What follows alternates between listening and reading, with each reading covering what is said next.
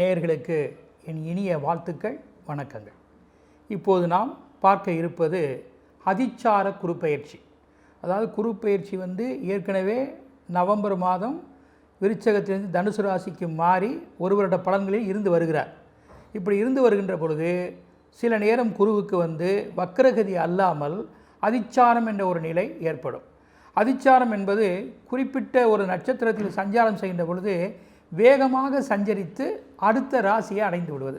இதுக்கு ஒரு சின்ன உதாரணம் சொல்ல வேண்டும் என்றால், இங்கிருந்து சென்னையிலிருந்து விழுப்புரம் செல்வதற்கு ஒரு பஸ்ஸில் 3 மணி நேரம் பயணம் என்று எடுத்துக்கொள்வோம். 3 மணி நேரத்தில் அந்த பயணம் செல்ல வேண்டும்.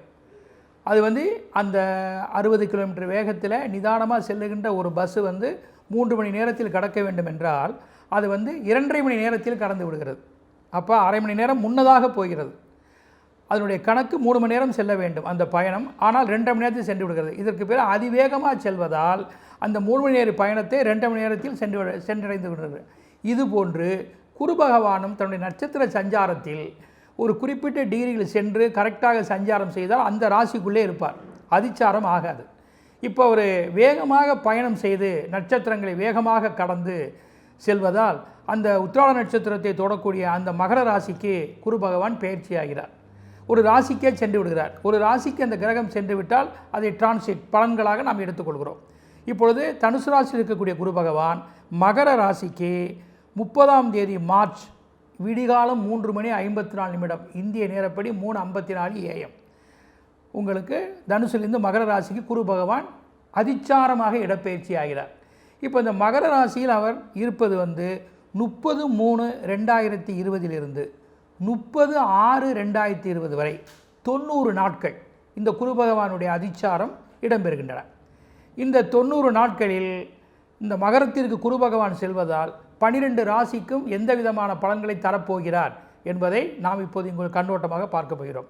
பொதுவாக குரு பகவான் நவக்கிரகங்களிலே மிகவும் எந்த ஒரு தோஷத்தையும் நிவர்த்தி செய்யக்கூடிய இயற்கை சுபரவர்.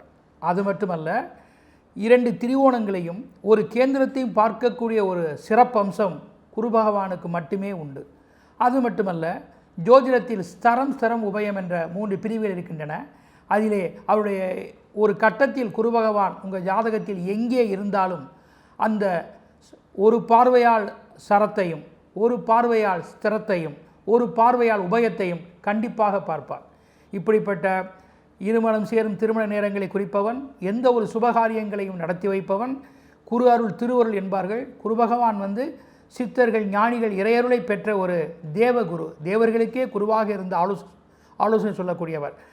நவகிரகங்களில் யாரிடத்தில் பணத்தை கொடுக்கலாம், வாரிசை கொடுக்கலாம் என்று மும்மூர்த்திகளும் சோதனை செய்கின்ற பொழுது ஒரு நிதானமான போக்கும் இறை சக்தியும் அந்த தன்மையும் கொண்ட அமைப்புடைய கிரகம் குரு பகவான் தான் என்றார் அறிந்து அவரிடத்திலேயே தனம் என்ற அந்த பண மூட்டையை, தனக்காரகனை, ரிசர்வ் வங்கியின் ஓனரை தனக்காரகனாகவும் அதனுடைய வளர்ச்சிக்காக தன்னுடைய வாரிசுகள் அதை அனுபவிக்க வேண்டும் அல்லவா நாம் சம்பாதித்து வைத்திருந்தாலும் அதனால் தனகாரகன் புத்திரக்காரகனாகவும் பணத்திற்கும் வாரிசுக்கும் அதிபதியாக குரு பகவானை நியமிக்கிறார்கள்.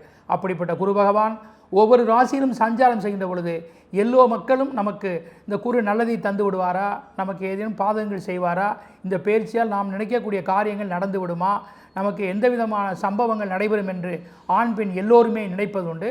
அப்படிப்பட்டவர்களுக்கு குரு நற்பலனை செய்வது என்பது ஒரு புறம், கெடுபலனை செய்யும்போது கூட ஆன்மீக சக்தியும் யோக்கியாம்சமும் குலதெய்வ வழிபாடும் உங்கள் ஜாதகத்தில் நல்ல கிரகங்களுடைய தசாபுத்தியும் இருந்தால் கண்டிப்பாக அவர் கெடுபலனை செய்ய மாட்டார்.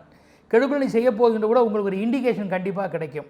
அப்படிப்பட்ட ஒரு பலனை செய்வதற்கு முன்னாடி கூட தான் என்ன செய்ய போகிறோம் என்பதை அந்த தன்மையை அறிந்து அதற்கு தகுந்தபடி நடக்கக்கூடியவர் தான் குரு பகவான். அப்படிப்பட்ட குரு பகவானை நாம் எல்லாம் போற்றி மகிழ்வோம். அவருடைய அருளை பெற நாம் அவருடைய அதிதேவதையாக பிரதான அதிதேவதையாக இருப்பவர் தட்சிணாமூர்த்தி, சிவனின் அம்சமாக இருப்பவர்.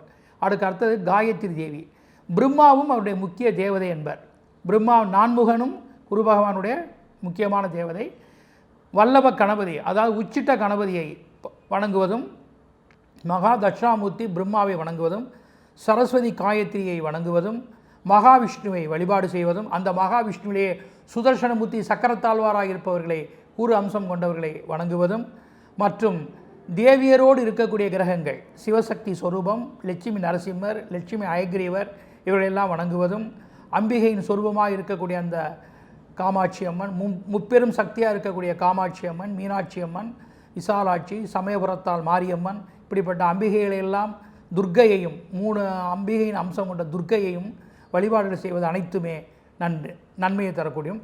குரு பகவான், அந்த குரு பகவானே திருச்செந்தூர் முருகனை வழிபட்டு தவத்தை பெற்றதால் குருஸ்தலமாகிய திருச்செந்தூரை, அந்த ஞான குருவாக இருக்கக்கூடிய அந்த முருகனை, அந்த திருச்செந்தூர் முருகனை, சுவாமிமலை முருகனை, திருத்தணி முருகனை, இப்படிப்பட்ட முருகனையெல்லாம் வணங்குவதால் உங்களுக்கு குருவின் வசீகர பலன்கள் வந்து வாழ்க்கை வளமாக்கும்.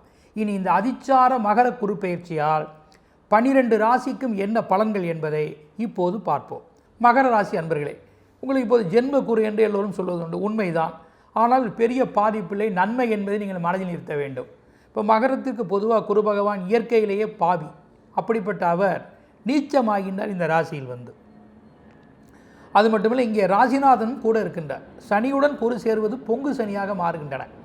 அப்படிப்பட்ட ஜென்மத்தில் வரக்கூடிய குரு பகவான் ஏற்கனவே இந்த குரு பயிற்சி நன்மை இல்லை, இந்த 90 நாட்கள் உங்களுக்கு நன்மை என்று புரிந்து கொள்ள வேண்டும்.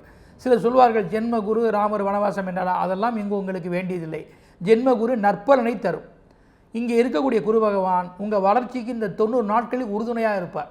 நீங்கள் விரய குருவால் ஏற்பட்டிருக்க சிரமத்திற்கும், அதற்கப்புறம் மறுபடியும் விரயத்துக்கு செல்லக்கூடிய குருவால் வரக்கூடிய உபாதைகளுக்கும் இதையெல்லாம் மனதில் நிறுத்தி இந்த 90 நாட்களுக்குள் நீங்கள் செய்ய வேண்டிய எந்த ஒரு விஷயத்தையும் திட்டமிட்டு கொள்ள வேண்டும்.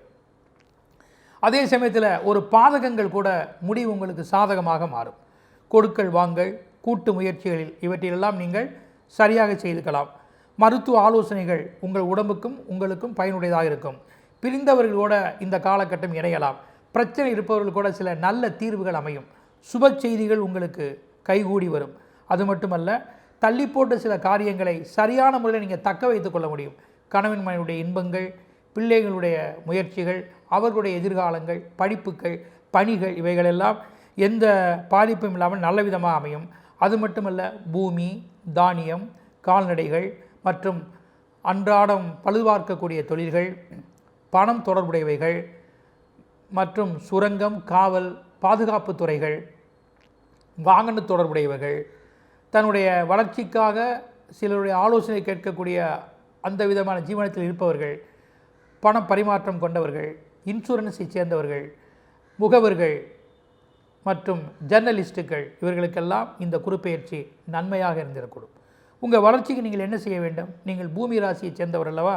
பஞ்சபூதங்களில் பூமி ராசியை சேர்ந்தவர். ஆனால் பூமியிலிருந்து வரக்கூடிய பழங்களையும் தானியங்களையும் இறைவனுக்கு படைப்பது, பிறருக்கு அவற்றை பரிகாரமாக கொடுப்பது. அது மட்டுமல்ல, ஆபத்து சகாயஸ்வரர் என்று சொல்லக்கூடிய திரு ஆலங்குடியில் இருக்கக்கூடிய குரு பகவானை, அந்த குரு பகவான் தட்சிணாமூர்த்தியை வணங்குவதும், திருமோவில் இருக்கக்கூடிய யோக நரசிம்மரையும், அங்கே சக்கரத்தாழ்வார் சிறப்பு வாய்ந்தவர், அப்படிப்பட்ட சக்கரத்தாழ்வாரை தரிசிப்பதும் மிகவும் நன்மை தரக்கூடியதாக இருந்திடக்கூடும். மற்றும் ராஜராஜேஸ்வரி என்று சொல்லக்கூடிய அம்பிகை கன்னியாகுமரி அம்மனையோ ஏதேனும் ஒரு அம்பாளை நீங்கள் உபாசனை செய்து வழிபாடுகள் செய்வதும், சப்த கன்னியரை வணங்குவதும். இந்த சப்த கன்னியர் வடக்கு நோக்கி இருப்பது கோட்டையில் இருக்கக்கூடிய கோட்டை நாட்சி அம்பாள், காரைக்குடிக்கு அருகாமையில் இருக்கக்கூடிய வனத்துக்குள் இருக்கிறார். அந்த சப்த கன்னியரெல்லாம் எங்கே இருக்கின்றார்கள்? அவர்களெல்லாம் இந்த மகர ராசிக்காரர்கள் வணங்கினால் இந்த குருப்பெயர்ச்சி மட்டுமல்ல, பின்னாடி வரக்கூடிய அந்த விரய குருவால் ஏற்படக்கூடிய பலன்களிலிருந்தும் நீங்கள் விமோச்சனம் பெறலாம். ஸ்ரீ குபேரன் டிவியை பார்த்தமைக்கு நன்றிகள். மேலும் இது போன்ற தகவல்களை தெரிந்து கொள்ள ஸ்ரீ குபேரன் டிவியை சப்ஸ்கிரைப் செய்யுங்கள். மறக்காமல் பெல் ஐக்கானை கிளிக் செய்யுங்கள்.